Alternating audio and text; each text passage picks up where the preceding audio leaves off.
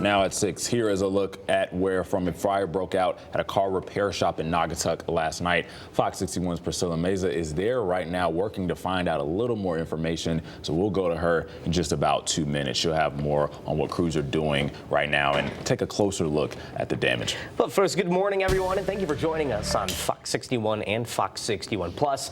I'm Glenn Kittle. And I'm Jamel Johnson. Heat and humidity has been the story this week. It's not stopping today. It's not stopping tomorrow. Yep. Crank those ACs, everybody. Yeah, maybe over the weekend. I don't know. Friday was good. Friday. Yeah, Oh, Friday. yeah. Just in time for the weekend. Yeah. Saturday, there's improvements as well. So we are going to break the heat and the humidity. We just have to get there first. In the meantime, today is going to be a hot one right down to the beaches. We do have a heat advisory in place for everybody. Heat index values anywhere from 95 to near triple digits. We also have some areas of fog that's out there this morning. So certainly be mindful of that for our travelers on the roads. Willimantic, Groton, Chester this morning dealing with some denser fog in some spots along 395. Maybe trickier to travel. Over in Waterbury, some localized fog over there with your visibility down to about a quarter mile. Here's what it looks like in New Haven, though. So elsewhere across the state looks pretty good. At 75 degrees, the wind is calm. 70 in Willimantic and 72 out the door in Norwich. Here's a look at our numbers in terms of the humidity. They're really not fluctuating much over the course of the afternoon. It's going to be a hot and humid day, feeling like 95 to near triple digits, although by noontime we're already up to near 80 degrees, by 5 o'clock near 90. And there could be a brief shower, mainly for areas inland later on today. Be mindful of that. I think there's a better chance for that tomorrow. That comes in the way of a front that's going to drop the numbers. So 91 in Wallingford today, 91 in Hartford. Southeastern Connecticut, a little bit more relief from Waterford into Groton at low 80s, mid 80s, though, as we approach a little bit further up towards Ledyard and the casino. Then for tomorrow, it's back up to near 90 degrees. Better for Friday. We'll have more details on that coming up in just a bit. Checking in with the roads this morning here over in Fairfield County. We do have our delays starting to build here, and we also have a crash over in Greenwich this morning on 95. That's going to slow you down just a bit.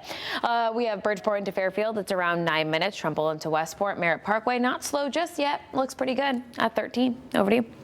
Rachel, thank you. And Connecticut's hot weather protocol is in effect right now and will last until 8 p.m. on Friday. This means cooling centers will be open, and you can find the closest one to you by dialing 211 on your phone or visit 211ctdot.org. We'll also have all that information available on our website at fox61.com. And developing now at 6, a fire broke out overnight at an auto shop in Naugatuck. And that's where we find Fox 61's Priscilla Meza. She joins us live right now to kind of tell us what the latest is. Priscilla. We're live on Prospect Street, where the situation appears to be calming down after what was a large fire late last night. Now, we kind of want to show you exactly what we're seeing here. Now that the sun has come up, you can kind of see more of those damages. Now, the area is taped off, but you don't have to get too close to see just how much damage was sustained, specifically to the right side of the building. I mean, the entire roof looks to be collapsed from that fire, and notably, you can see a car in there that appears to be completely totaled, and as well as just debris scattered everywhere inside of that building in this A1 Auto and Towing building. Now, we also want you to see, this is the aftermath here, but we want you to take a look at these photos from police and firefighters. You can see the flames and smoke rose several feet into the air. Naugatuck called in nearby departments for help. That includes Beacon Hose Company number 1, which says the fire was upgraded to 2 alarms. Right now, it looks like the fire has been contained, but the scene is still active. Naugatuck police and fire crews are here and are monitoring the area closely. At one point, Prospect Street was closed from Maple Hill Road to Union Road, but it is back open. Now, we don't know what caused the fire or if there were any injuries, but we have put in calls to police and fire, and we will keep you updated as we learn more. Live from Naugatuck, Priscilla Meza, Fox 61. All right, Priscilla, thank you. Now, a man was shot on Capitol Avenue in Hartford. Police say it happened near Orange Street around 10:30 last night. The man is in the hospital right now in critical condition. Officers didn't say if they know who shot the man or if it was targeted. And a 5-year-old boy is in the hospital after he was pulled from the water yesterday afternoon at Indian Well State Park in Shelton. Fox 61's Kate Pattyfoot has more on the boy's conditions and more from those at the park when this emergency happened. Deep officials say they got a report about a child in the water at Indian Wells State Park around 4 o'clock Tuesday afternoon. Several people alerted park officials that the child looked to be in distress. Tegan and her family were some of the many at Indian Wells State Park Tuesday expressing concerns and worrying for the safety of others after Deep says a child was pulled from the water not far from the boat launch. I just feel like everybody, like adults and everyone who know how to swim should watch their kids, and even if it's not just their kids, watch the little kids swimming and make sure they're all okay and make sure they're not going too far and that they are safe. People who did not want to go on camera told Fox 61 they knew something was wrong when they saw the heavy police presence at the park. First responders were able to get the child out of the water and emergency personnel began working on resuscitating them. They were rushed to the hospital for further treatment. The child's mother was also taken to the hospital.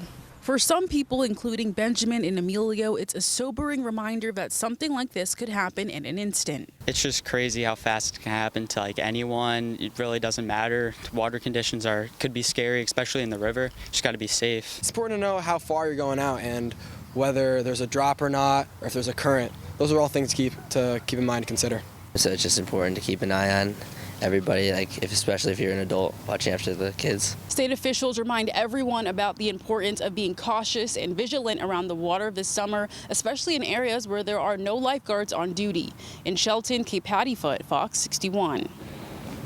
All right, thank you, Kay. Now, several swimming areas in the state advise people against going in the water. The Ledge Light Health District says it found bacteria in Gorton Pond, Esker Point, Green Harbor Beach, and Hawks Nest Beach. These areas are not closed to swimmers, but the district is telling people to not put their head underwater. Officials say people should just wade in the water until bacteria levels go back down. And the American Red Cross is also reminding people to never swim alone. Keep an eye on your children while they are near or in the water and to avoid distractions like a cell phone or books.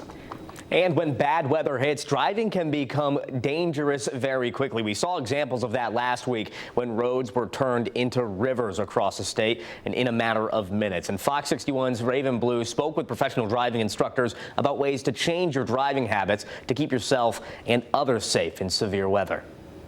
When the weather gets rough, even experienced drivers can find themselves in dangerous situations. In the blink of an eye, a smooth drive can turn treacherous. I spoke with local driving instructors about ways to keep you, other drivers, and emergency responders safe when the weather turns. I think the first thing is everybody really needs to recognize their speed and their space. Karen Madura is one of several driving instructors at Glastonbury Driving School. The school stresses the importance of paying attention to speed and driving distance when out on the roads, especially when road conditions are bad. Every time you go for the speed limit 5 miles lower, and always keep it the following distance, because we cannot front up the person, suddenly press the brake. You need for the distance at least. If all of us learn to just take 2 minutes to recognize those key factors on the road, we'd have much safer roadways.